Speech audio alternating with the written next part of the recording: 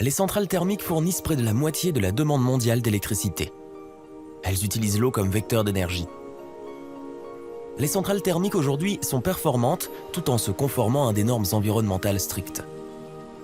Dans cette vidéo, nous allons voir comment une centrale thermique au charbon y parvient de manière détaillée et étape par étape.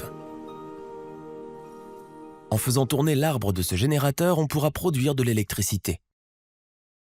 Le générateur est alimenté par une turbine à vapeur, le cœur de la centrale.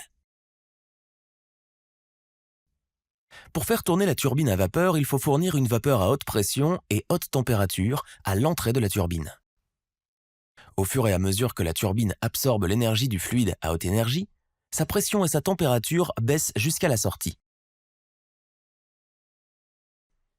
Regardez attentivement les pales du rotor de la turbine à vapeur de forme particulière.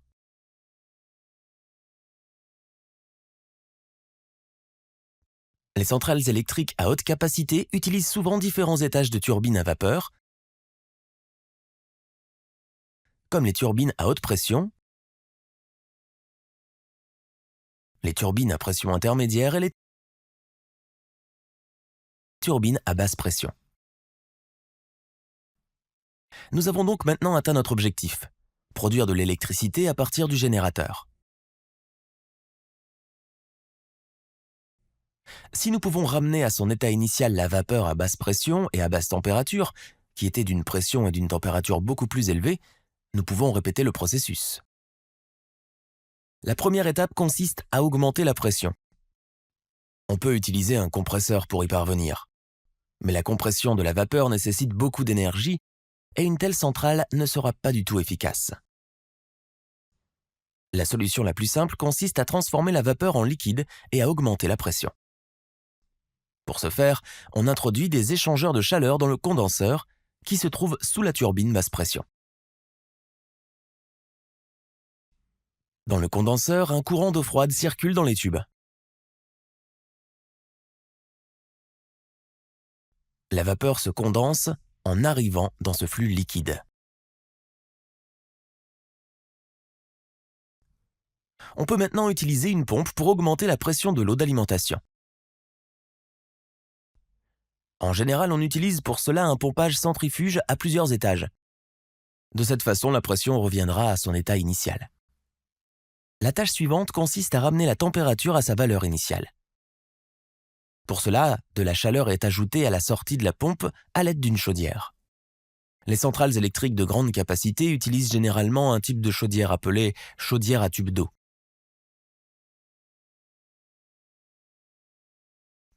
Le charbon pulvérisé est ensuite brûlé à l'intérieur de la chaudière. L'eau entrante passe d'abord par une opération visant à économiser l'énergie. Cette eau va alors capter l'énergie des gaz de combustion. L'eau passe par un collecteur, puis par des parois d'eau, où elle se transforme en vapeur. La vapeur pure est séparée dans un tambour à vapeur. Le fluide de travail est alors ramené à son état initial, haute pression et haute température. Cette vapeur peut être réinjectée dans la turbine à vapeur.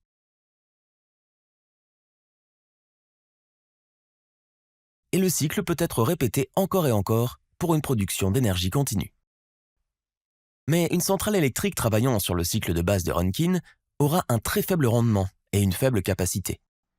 Nous pouvons augmenter considérablement le rendement de la centrale à l'aide de quelques techniques simples. En cas de surchauffe, même après que le liquide ait été transformé en vapeur, on ajoute encore plus de chaleur. Et ainsi, la vapeur sera surchauffée.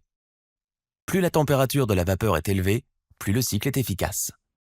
Ceci est conforme au théorème de Carnot sur l'efficacité thermique maximale possible.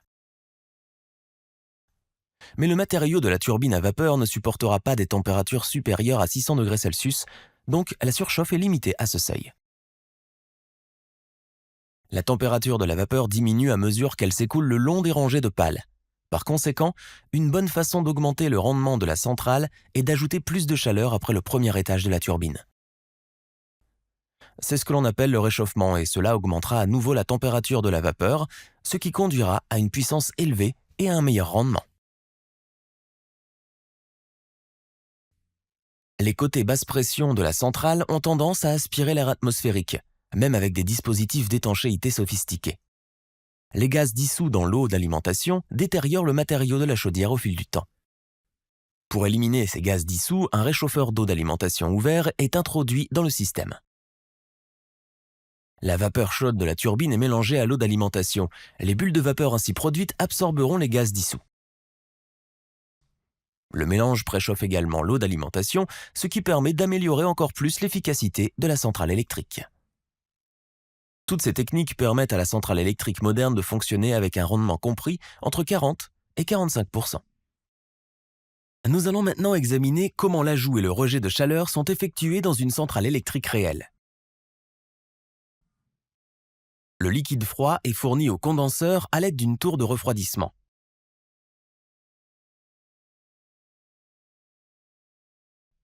L'eau chauffée à la sortie du condenseur est pulvérisée dans la tour de refroidissement, ce qui induit un courant d'air naturel et l'eau pulvérisée perd de la chaleur. C'est ainsi qu'un liquide plus froid est toujours fourni à l'entrée du condenseur. N'oublions pas aussi que la combustion du charbon produit de nombreux polluants. Nous ne pouvons pas rejeter ces polluants directement dans l'atmosphère, donc avant de les transférer à une cheminée, les gaz d'échappement sont nettoyés dans un précipitateur électrostatique. Celui-ci utilise des plaques avec de l'électricité statique à haute tension pour absorber les particules de polluants. Nous espérons vous avoir donné de nouvelles idées sur le fonctionnement interne des centrales thermiques. Merci d'avoir regardé la vidéo.